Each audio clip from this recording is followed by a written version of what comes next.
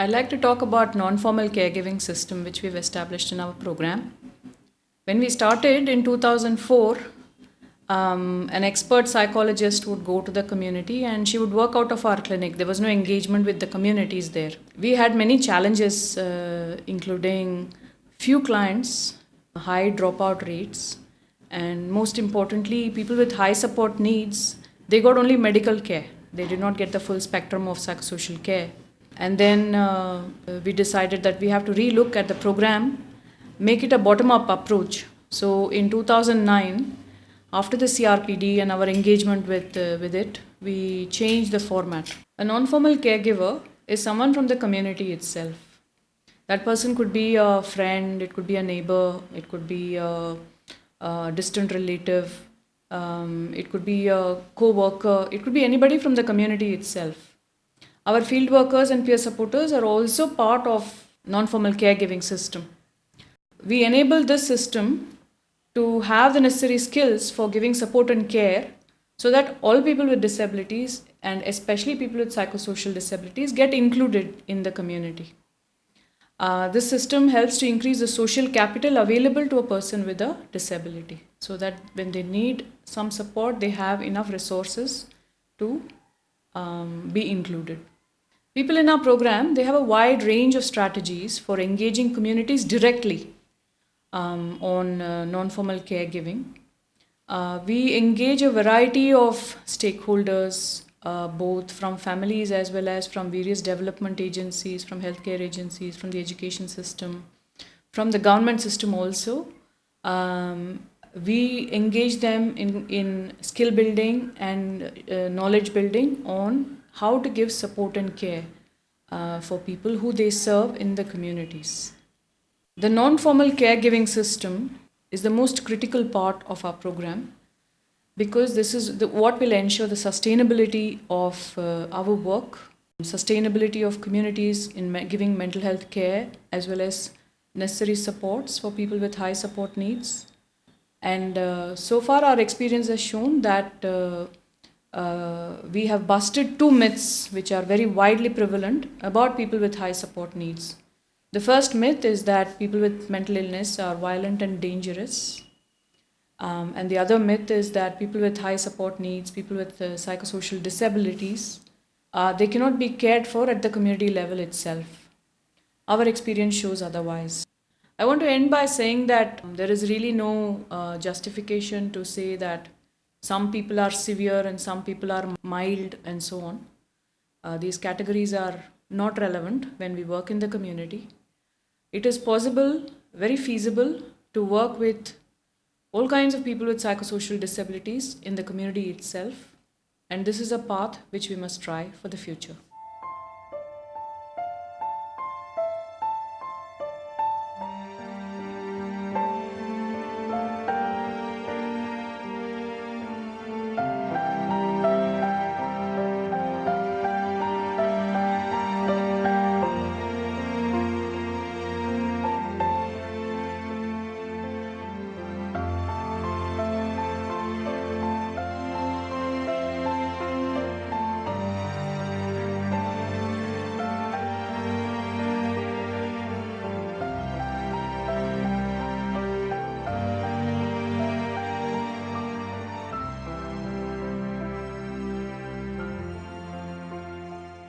Corner meeting म्हणजे की वस्तीमध्ये एका जागेवर एकत्र ज्या बायका गप्पा मारत बसलेल्या असतात त्यांना जाऊन आम्ही माहिती सांगतो.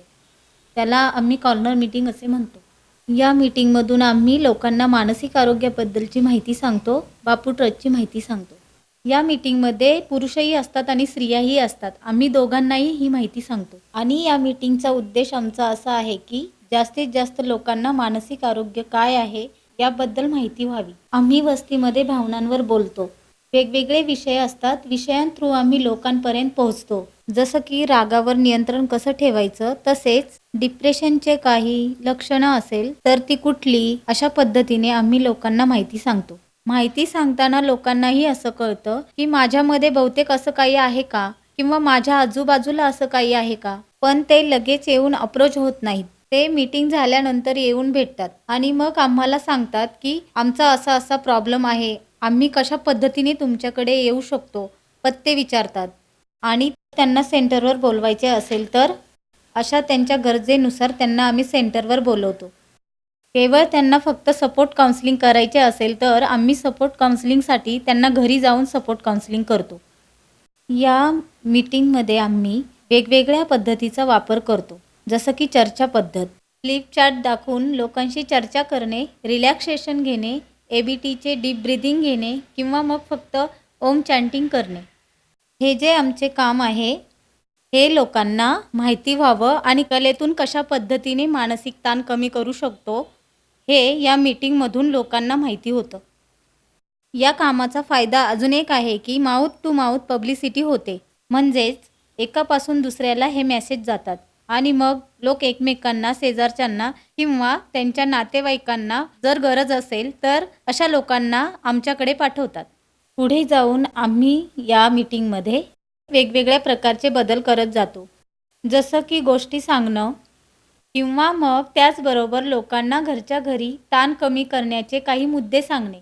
म्हणजे की खूपच राग आला तर डोक्यावर थंड पाणी घेणे किंवा थंड पाणी पिणे, किंवा घरामध्ये जर काही क्रायसिस होत असेल, भांडणं होत असतील तर अशा वेळी शांत बसणे, राग कंट्रोलमध्ये आणण्यासाठी उलटे अंक मोजणे किंवा मग श्वासावर नियंत्रण ठेवणे. अशा काही गोष्टी आहेत ज्या इमिजिएटली लोक करतात आणि आम्ही त्यांना सांगतो.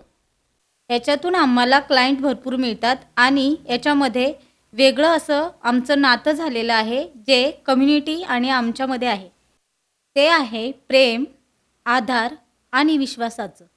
या नात्यातूनच आणि विश्वासातूनच आम्ही पुढचं काम करतो. कॉर्नर मीटिंग घेणे हे आमच्या कामाचा एक महत्त्वाचा भाग आहे. ही मीटिंग घेताना आम्हाला खूप काही त्राससुद्धा होतात, जसे की जागा न मिळणं किंवा पुरुषांची मीटिंग घ्यायची असेल तर पुरुषांनी मीटिंगला न येणं, किंवा मग जर मीटिंग घेतली तर सह्या आणि नावं द्यायला लोकांनी घाबरणं. एखाद्या ठिकाणी आमची मीटिंग घ्यायची आहे, ठरलेली आहे आणि त्या ठिकाणी मयत होणं किंवा भांडणं होणं, अशा काही गोष्टींना सामोरे जाऊन ह्या मीटिंग घ्याव्या लागतात. आम्ही आता पुढे जाऊन या मीटिंगमध्ये एक वेगळ्या पद्धतीचा बदलाव आणून चांगल्या पद्धतीने कशी मीटिंग होईल याचा आम्ही विचार करत आहोत आणि त्या मीटिंग चांगल्या होऊन त्या कम्युनिटीपर्यंत पोहोचवण्याचा प्रयत्न करणार आहोत.